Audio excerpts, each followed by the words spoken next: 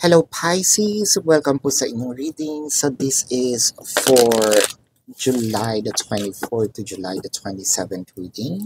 So para po sa mga bago, don't forget to click the subscribe button, smash the like button, comment below kung kayo po yung nakaka-resonate, and hit the notification bell. So kung gusto niyo po ng dalawang reading sa akin, subscribe po kayo dun sa ating kabilang channel, that is Babaylan TV. Yan po ang ating unang channel catered for our international audience, no? At nagla-live din po tayo doon. So you might wanna join the live sessions and you're very much welcome. No, Pisces. Kung hindi po kayo maka-join or hindi nyo maabutan yung live sessions, pwede naman kayo magtanong dito sa comment section as long as the question is answerable by yes or no. And Pisces, I want you to know that this is a general reading. You may resonate with the entire reading or you may resonate with some bits and pieces of the reading. Take what's only yours. So, wag tayong basta-basta ngayon, Pisces, ha? Kasi, we might gonna confuse ourselves with the intuition, fear, and let's say, excitement, no? All rolled into one. So, we might mix that up, no? Baka kasi meron tayong gustong gawin, pero natatakot tayo. Let's say, natatakot tayong magsalita or natatakot tayong magkaroon ng third party kaya tayo biglang magsasalita. Ang nakikita ko kasi dito, once you mix these two together or these three things that I mentioned, parang it's either gonna create something that you like or something that you're gonna regret. So for you to be able to make a right decision, Pisces, what I need you to do is to probably sit on it, sleep on it, don't take actions right off the bat, no? I think that there are downloads in here. You're gonna see or get the answers that probably long enough, no, na tanong na hanging around your head through dreams, no? Kasi ang nakikita ko dito, pag biglang pinairal mo ang damdamin, imbis na ma-resolve mo itong issue, mas lalong tumagal or baka mapahamak pa, no? With the 9 of Wands and the Death card. So, what I am seeing in here is I can see that you can save yourself. Kung nandun ka na, one feet is already, let's say, kumbaga nakasawsaw na sa issue, no? Nakasawsaw na sa problema. I feel that you can save yourself still. No, ang gawin mo dito is strategize your next move. And you cannot strategize if papairalin mo muna ang emosyon, no? So, be rational, the Hangman and the Page of Swords. There you go. The Hangman is clarified with the Seven of Pentacles and the Wheel of Fortune. You know what? Ang sinasabi nga dito ng energy is, instead of gumawa ka ng action agad-agad,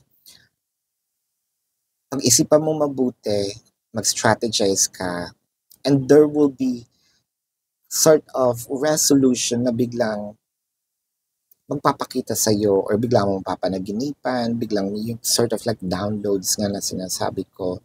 Sometimes you just have to calm your mind and calm your emotion. You don't even have to do a thing. Parang things will fall into their own places, no? Sayang lang din ang effort, sayang lang din ang katulad nga baka instead na mas mapadali, trust the divine timing as well, no? The 5 of Pentacles, the 10 of Cups, the Devil card. As you can see, napapalaman nga itong 10 of Cups, something that you love, but either you're gonna miss it with the 5 of Pentacles, either you're gonna get the coldness, or with the Devil card in here, no? This might be a long journey of work wherein all you just have to do is wait. No, I feel like there are a lot of fixations, a lot of um, clarity. The learnings will be a little. I'm not saying that you cannot surpass this. You can, but why do it the hard way when there is an easy way, and that is the easy way, the right way. The two of Pentacles, and yeah, I feel like there are temptations in here. Nako, yung emotion natin, this is on top of the Ace of Cups. No, hindi porket um, taing-tai tayo gawin itong mga bagay-bagay. Kailangan mag-take action ka na, ura-urata. No? Um, Especially kung if it involves money, the Seven of Swords is here. Pisces, mag-ingat-ingat tayo dahil there is actually a person who's the Seven of Swords, no?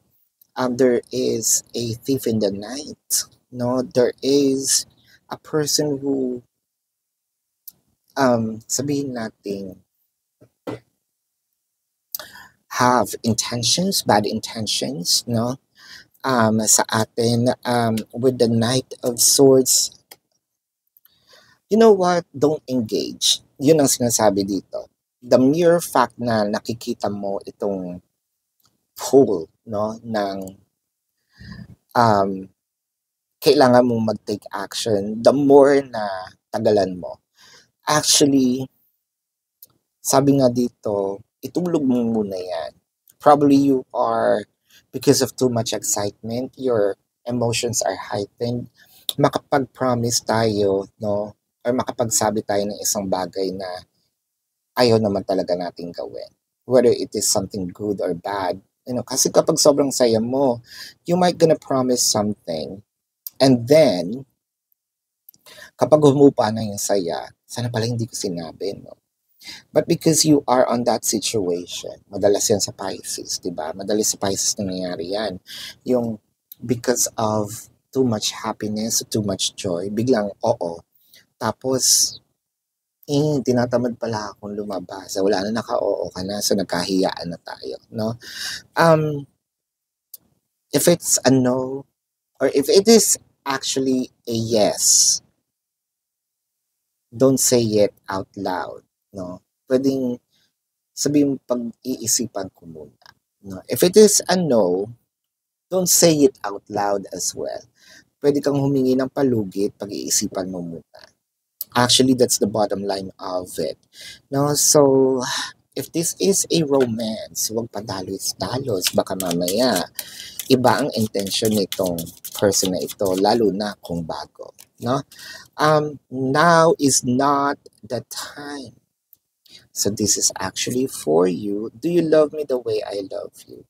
So Pisces, kapag sinabi natin ditong um, relationship ang involved, no? So much better for you to think of it many times prior opening your mouth.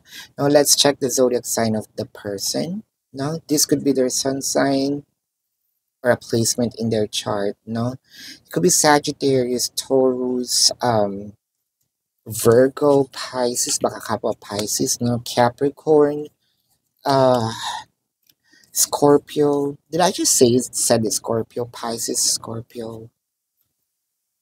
So Pisces na sabi ko, no, not Scorpio. So Scorpio, Leo, ayan, Cancer,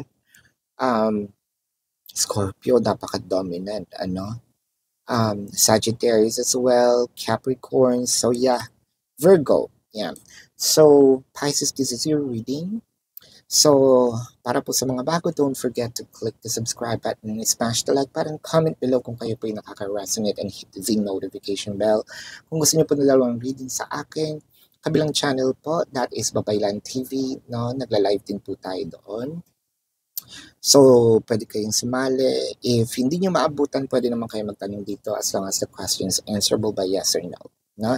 So, Pisces, kung hindi po kayo masasatisfy sa yes or no, sa description box, nandun po ang aking link. All you have to do is to either copy the link or click the link. You're gonna be routed to my website. Ngayon, nandun po yung question form, no? Nandun how much per question, the designated price, the name, the number for reference. And I also created a 4 questions plus 1. Take advantage of it. That's already a discounted price. And for those of you who wants to book a private reading, nandun din po siya sa description box. So Pisces, this is your reading. Love and light to you. Namaste. See you po sa susunod na reading. Goodbye.